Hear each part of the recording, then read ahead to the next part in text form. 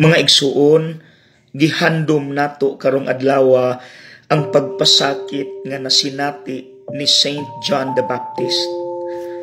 Naputlan siyag ulo sa sugo ni Hari Herodes.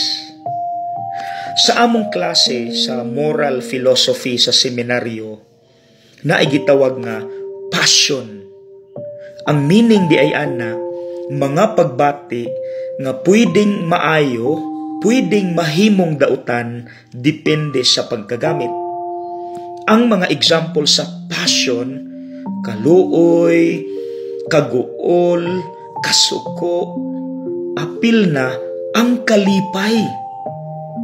Ang ato rabang naandan sa kalipay or joy, positive. Pero kung kana ang meaning, then dili nato kumpiyansaan ang kalipay, kay pwede po din nang magdala nato sa negatibo nga epekto. Gusto mong ebidensya? Ang ebanghelyo karon. Nisayaw ang anak ni Herodias, ang nahimong asawa sa hari. Nalipay ang hari sa iyang birthday ug misaad atubangan sa daghang bisita.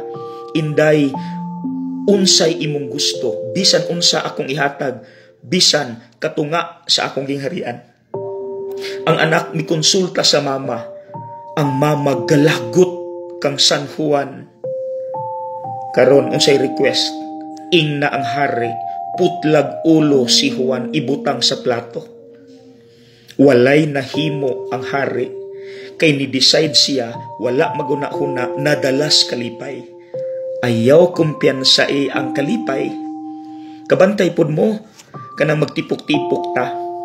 Pirti na natong dibuha, dayon niingon ang atong kauban, ang akong mama sa una nagbinuang, then ikaw nadala ka sa imong kalipay, niingon ka, ha ha ha, imong mama di ay nangabit, ha ha ha. Wala ka kabalo, ang imong naingna nasakitan na, pero ikaw kakatawa gihapon ka. Mga igsuon, tarong nga gamit ang pagbati. Ang kasuko dili man sala. Ayha na mahimong sala kung nanumbag ka, human ka na suko. Simple lang ang tambag, mga igsuon. Think before you speak. Huna-hunaa sa gyudaan before ka musulti, bisan anaa kas kalipay, ayaw kumpiyansa.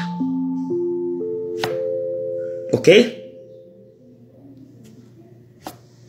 God bless.